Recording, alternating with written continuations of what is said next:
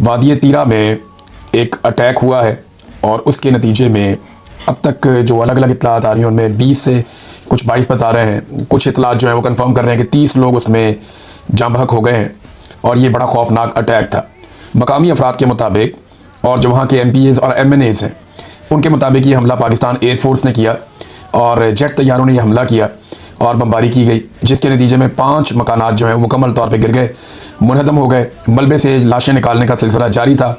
आखिरी इतला आने तक 20 से ज़ायद लाशें मलबे से निकाली जा चुकी थीं।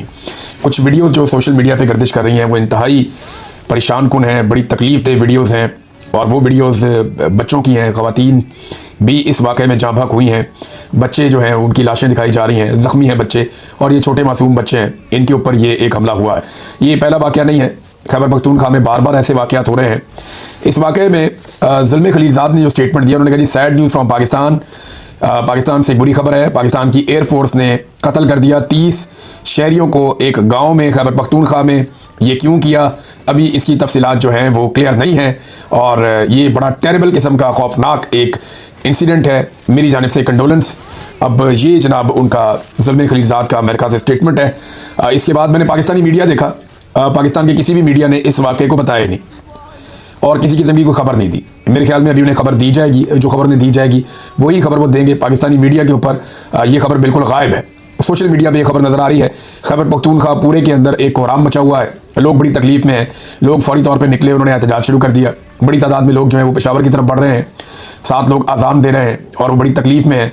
मुख्तलिफ लोग अलग अलग मुतालबात कर रहे हैं। इसमें एक जो मुतालबा है वो अब्दुल गनी अफरीदी साहब हैं, जो MPA हैं पाकिस्तान तहरीक इंसाफ के।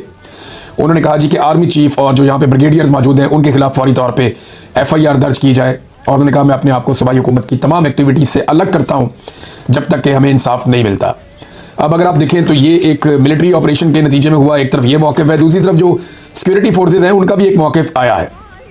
सिक्योरिटी फोर्सेज का जो मौक़िफ़ है वो उन्होंने मीडिया को जारी किया, लेकिन जो पाकिस्तान का रवायती मीडिया है उसके ऊपर अभी तक कोई खबर नहीं आई।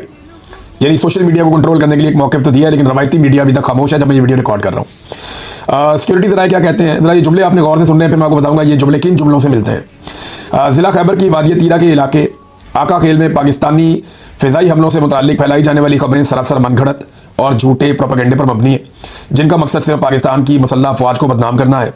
हकीकत यह है कि पाकिस्तान की कार्रवाइयाँ सिर्फ खवारिज दहशतगर्दों के खिलाफ हैं जो मुल्क में अदम इस्तेहकाम, खून रेजी और फितना फैलाने में मुलव्वस हैं। इतलात के मुताबिक आका खेल में खारजी अमान गुल और खारजी मसूद ने अपना सेटअप कायम कर रखा था। ये दहशतगर्द शहरी आबादी, घरों और मसाजिद को इंसानी ढाल के तौर पर इस्तेमाल कर रहे थे।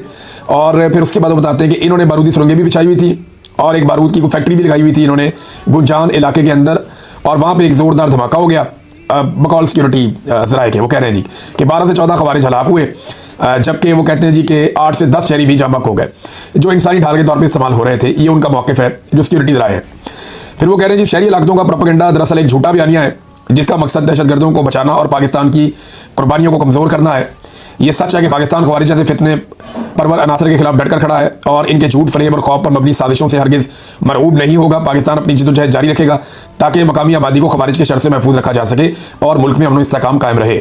इससे पहले जो ISPR का एक स्टेटमेंट आया था उसमें भी मन घड़त कहानी का लफ्ज़ इस्तेमाल हुआ था और यहाँ पर भी एक मन घड़त कहानी का लफ्ज़ जो है वो इस्तेमाल हुआ है। ये जो मन घड़त कहानी है ना, ये आपको याद होगा सोहेल वड़ाई साहब के कॉलम के ऊपर ISPR से आया था, वहीं से ये स्टेटमेंट आया। इसका मतलब ये है कि ये जो सिक्योरिटी ज़राए हैं